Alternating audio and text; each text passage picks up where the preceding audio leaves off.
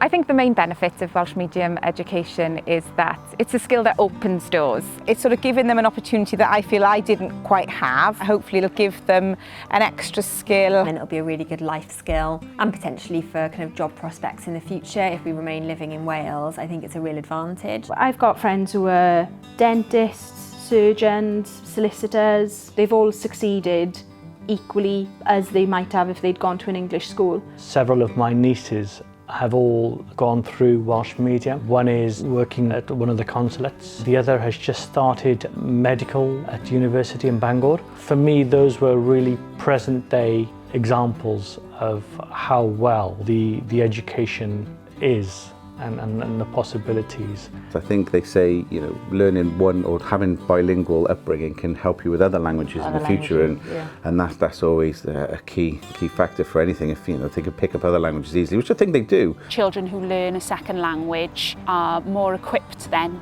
to learn other things. Learning both languages at the same time can only benefit a child. And any language is absolutely beneficial.